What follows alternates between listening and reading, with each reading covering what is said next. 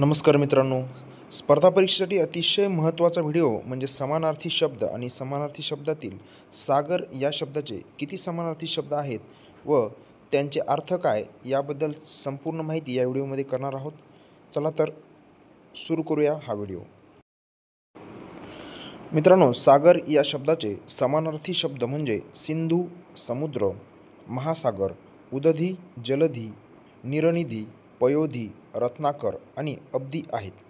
हे शब्द सागर या शब्दाचा अर्थ असलेल्या प्रचंड जलसाठ्याचे प्रतिनिधित्व करतात. मित्रांनो, सागर या शब्दाचे हे सर्व समानार्थी शब्द आपल्याला लक्षात ठेवणं अतिशय गरजेचं आहे आणि त्याचे अर्थसुद्धा आपण जाणून घेऊया. चला तर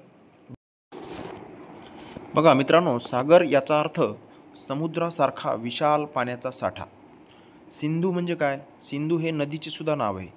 म्हणजेच सिंधू हा समानार्थी शब्द आहे जे सिंधू नदीच्या विशालतेचा संदर्भ देतात. म्हणजे सिंधू हा सागराचाच समानार्थी शब्द आहे. महासागर म्हणजे सागराच्या विशालतेसाठी हा शब्द वापरला जातो, महासागर. उदधी म्हणजे काय?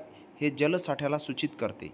उदधी, उद म्हणजे पाणी आणि उदधी म्हणजे जलसाठा.